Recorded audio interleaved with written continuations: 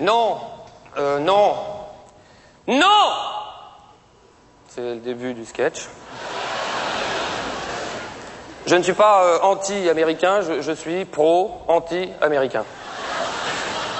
Nuance, le tout à notre époque, c'est d'être hypocrite. Hein. D'ailleurs, comme disait ma grand-mère, si l'hypocrisie était liquide, l'Occident serait mort noyé depuis longtemps. Ah, ça c'est ma première blague.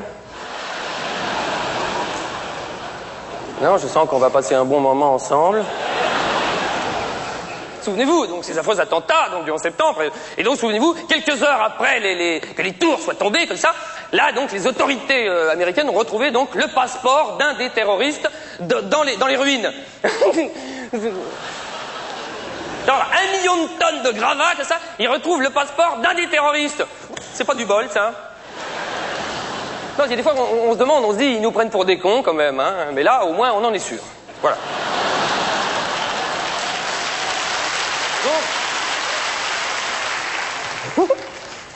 Non, non, oh, puis allez-y, oui. Ça fait du bien. Enfin, ça fait du bien, c'est pas ce que je veux dire, mais ça fait du bien quand même un peu.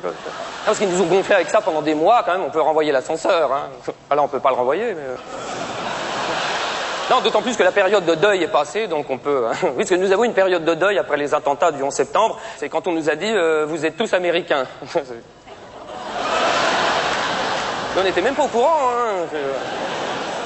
Non, parce qu'on dit toujours, oh, on a 20 ans de retard sur les États-Unis. Mais nous, on a toutes nos tours. C'est limite, hein. Putain, qu'est-ce que ça fait du bien. Non, d'autant plus que si on voulait être cynique, on pourrait, si on voulait. Sans tomber dans l'anti-américanisme primaire, hein, qui c'est pas bien. C'est pas bien. C'est pas bien. C'est l'axe du pas bien. J'ai lu la définition dans la presse locale cette semaine. Donc l'anti-américanisme primaire qui est une charge émotive qui l'emporte sur le rationalisme. Voilà. Alors évidemment, ça empêche d'être rationnel, ça empêche de réfléchir. On est comme ça. Alors de temps en temps, il faut se libérer comme ça. Enculé l'américain. Et là, ça va mieux. Là, après, bon, le lendemain, on lit les journaux comme ça et hop, ça recommence. Charge émotive. Comme ça, alors on se libère. Fuck you. Ça va mieux là. Après, on écoute un discours de Bush, et là, on se dit, putain, je serai jamais rationnel.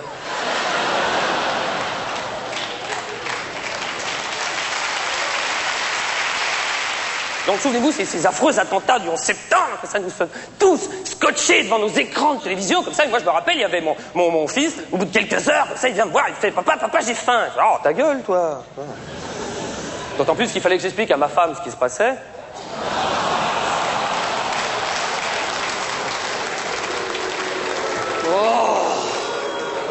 Ça y est, vous avez compris? Et donc, je lui dis, il faut que je lui explique, parce qu'il va être traumatisé. Comme ça, je lui dis, écoute, t'as compris ce qui s'est passé? Comme ça, il me regarde, il me dit, oui, les tours là-bas, elles sont tombées 37 fois. Là, je lui dis, c'est ça l'Occident, tu vois, on fait rien à moitié. Hein. Et donc, souvenez-vous, sur le moment, la propagande américaine nous annonce 35 000, 40 000 morts. Et là, on se dit, quand même, bon. Hein, on se dit, c'est ça. Et une semaine après, 10-15 000 morts. Et après, on arrive à 5 000. Et là, quand même, on se dit, alors, tu vois, vous n'êtes pas dit ça, vous? C'est pour eux que je m'en fais, parce que moi, les Américains veulent toujours battre des records. Et là, ça devenait ridicule. Hein, Et on est arrivé finalement à un chiffre de 3500 morts. Alors, bon, on t'enlève 400 pompiers. Bon, tu les enlèves pas parce qu'ils sont morts dans le... Enfin, je veux dire, ils n'étaient pas dans les tours au départ. Donc 400 pompiers, 4 fois 200 personnes dans les avions. Bon, eux, ils sont arrivés dans la tour, mais ils n'étaient pas non plus au départ. Donc ça fait 400 et 800, donc ça fait 1200, plus 300-400 personnes au Pentagone. Mais on n'a jamais su exactement combien il y avait eu de morts au Pentagone, parce qu'eux-mêmes ne savent pas très bien qui travaille pour eux. Et donc, ce qui nous fait finalement un résultat de 1300, 1400 morts pour 2 tours de 450 mètres de haut à 9 h du matin en plein cœur de New York, dis donc. C'est pas beaucoup, hein. Alors la question maintenant fondamentale à se poser, c'est sur ce tas de ruines, ce ground zéro, là, que faire? Moi je pense qu'il faut reconstruire comme avant, pareil, des tipis.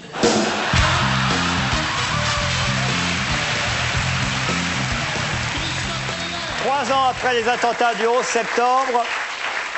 Quand même, vous y allez fort, vous aussi, Christophe Alévêque. Faut pas faire une tournée aux États-Unis, hein. Ils ont sorti un timbre Bush, vous savez? Ah oui? Le timbre avec Bush, mais le timbre ne colle jamais, parce que les gens crachent dessus.